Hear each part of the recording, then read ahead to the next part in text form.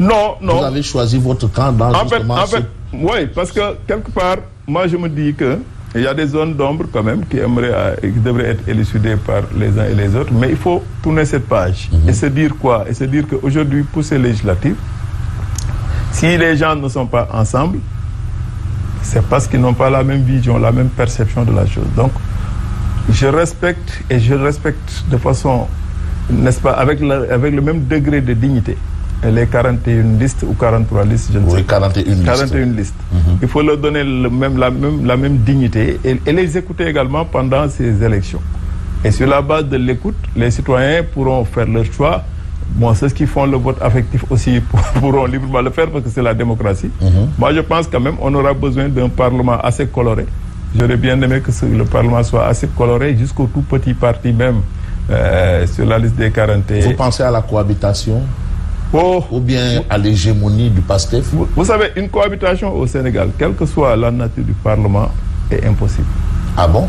Est impossible. Pourquoi? Parce que le chef de l'État, il nomme le Premier ministre. Il peut choisir n'importe quel Premier ministre qu'il veut, même s'il n'est pas majoritaire.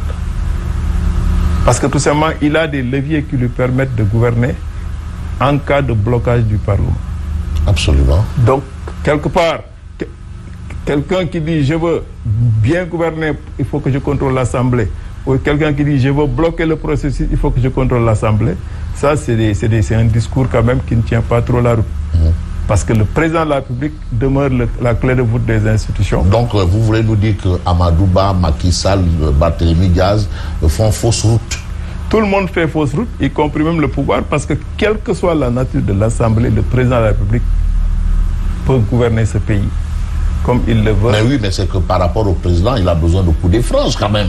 Oui, quand on est majoritaire à l'Assemblée, mais on déroule plus facilement que quand on ne tient pas l'Assemblée. Ça aussi, sinon il n'aurait pas dissous l'Assemblée. Oui, mais depuis 1960, chacun cherche les coups de franche. Mais disons, la dernière Assemblée était une Assemblée assez colorée. Oui. Ce qui n'a pas empêché le fonctionnement normal du pays. L'opposition est arrivée en 2022 de façon assez substantielle, n'est-ce pas, à l'Assemblée, sauf si par ailleurs il y a eu entre-temps des jeux d'alliance, des jeux de chaises musicales, donc ce qui fait que, quelque part, Yewwi était plus ou moins disloqué Yewwi Wallu était plus ou moins disloqué en 3 groupes parlementaires vers la fin. Donc, moi, aujourd'hui, l'enjeu de ces élections, c'est qu'il y ait une bonne représentation du pays, du peuple, mais également les députés puissent être dans 2 options. L'option qui consiste à accompagner les politiques publiques, si c'est dans le bon sens, mais également à s'opposer, à donner leur avis, n'est-ce pas, à être des lignes représentants du pays. Et c'est ça qui est important. Malheureusement aussi, bon, il y a des réformes qu'on aurait dû faire pour permettre quand même d'élever le niveau.